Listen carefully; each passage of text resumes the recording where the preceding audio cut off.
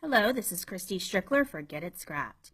In this video, we will give you ideas for including trendy Easter eggs into your scrapbook page storytelling. Easter eggs are not just little plastic eggs that children hunt for in the spring. They are also a way that you can incorporate a nod to current trends into your scrapbook pages. You can share little quirks about the times and about current pop culture. These nods or inside jokes are often referred to as Easter eggs, and you've probably seen them, though you may not have realized it. You'll often find them in computer programs, video games, movies, and books. Our creative team has made pages that are not specifically about a celebrity or a fad, but they do incorporate a nod to some of them and also to current pop culture events. Let's check out how our team has placed some Easter eggs into their scrapbook pages. Our first example of an Easter egg comes in the form of popular song lyrics. Kelly Prang says, "My youngest daughter loves Starbucks and she has a long list of items she wants to try there." And that's really what this page is about. My daughter is also a huge Taylor Swift fan. In her song, Blank Space, there is a line that is often misheard. Many people think she is saying, "Got a long list of Starbucks lovers, they'll tell you I'm insane." The line is actually, "Got a long list of ex-lovers." Now I can only hear Starbucks lovers when I hear the song, which is approximately 43 times a day thanks to my youngest. The misheard lyric was the perfect title for this page about my daughter. Our next scrapbook layout is an example of how you can use a catchphrase from an actor to inspire a title. Deborah Hunt says, "My son was showing a goofy side of himself in front of some friends. I don't often get to see that side of him. He's usually reserved in front of me when his friends are around." I gave a nod to the actor Matthew McConaughey and his catchphrase, "All right, all right, all right," with the title of my page. Matthew McConaughey gives the appearance of a laid-back kind of guy and uses this phrase often. I thought his manner fit with my son's sunglasses and peace sign. I rendered the title with 3 different alphas that grow from small to large to represent momentum in the statement. In our first 2 examples, with the song lyric and with the movie catchphrase, we find that the nod or the Easter egg is from current pop culture, but you can also take something from your past and incorporate it into the storytelling for the present. And we're going to see that in this next layout with Jennifer Kellogg. She uses an iconic book from her childhood to tell about her trip with her daughter. Jennifer Kellogg says, "This page is about a trip to New York with my daughter for college visits and of how terrible our hotel was. When I was little, New York was where Eloise of the Eloise books by Kay Thompson lived. In Eloise's world, New York is elegant and sophisticated. Our hotel was neither of these things."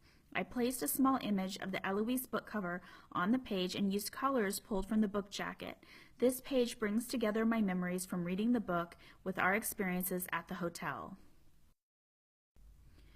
So we're beginning to see the Easter eggs develop into something more complex.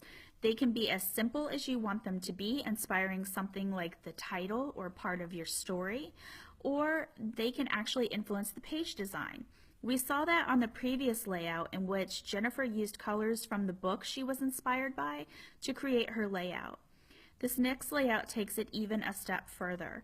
Carrie Eric says, "This layout documents the recipe of a special tea that helps us battle the cold season." Patrick Stewart is an actor who has a knack for turning up in viral videos. His role on the iconic Star Trek series is one of the reasons he's beloved by his fans, and his many catchphrases as that character are still repeated today. Those who know Stewart's work will easily pick up on the nod to him in the next page. I played on his role as Captain Picard a few different ways. The design is a nod to the uniform he wore. The title is part of one of his catchphrases, and the first letter of the first few words of my journaling spell out Picard. So 2 things going on here. I mentioned that the Easter egg is influencing the design.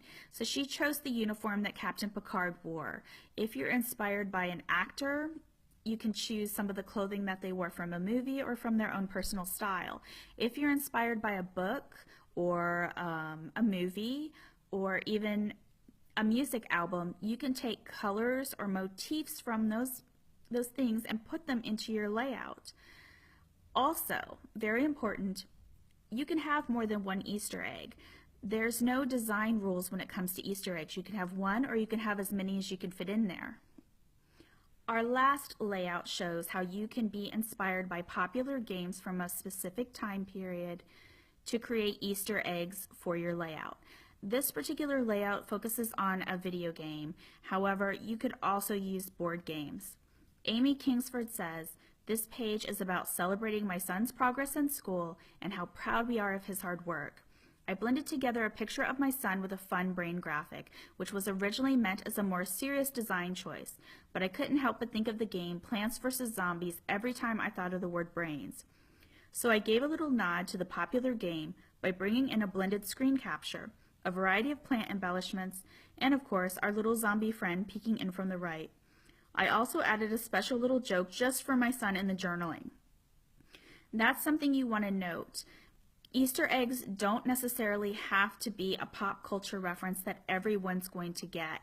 It can be a specific note targeted at your family members.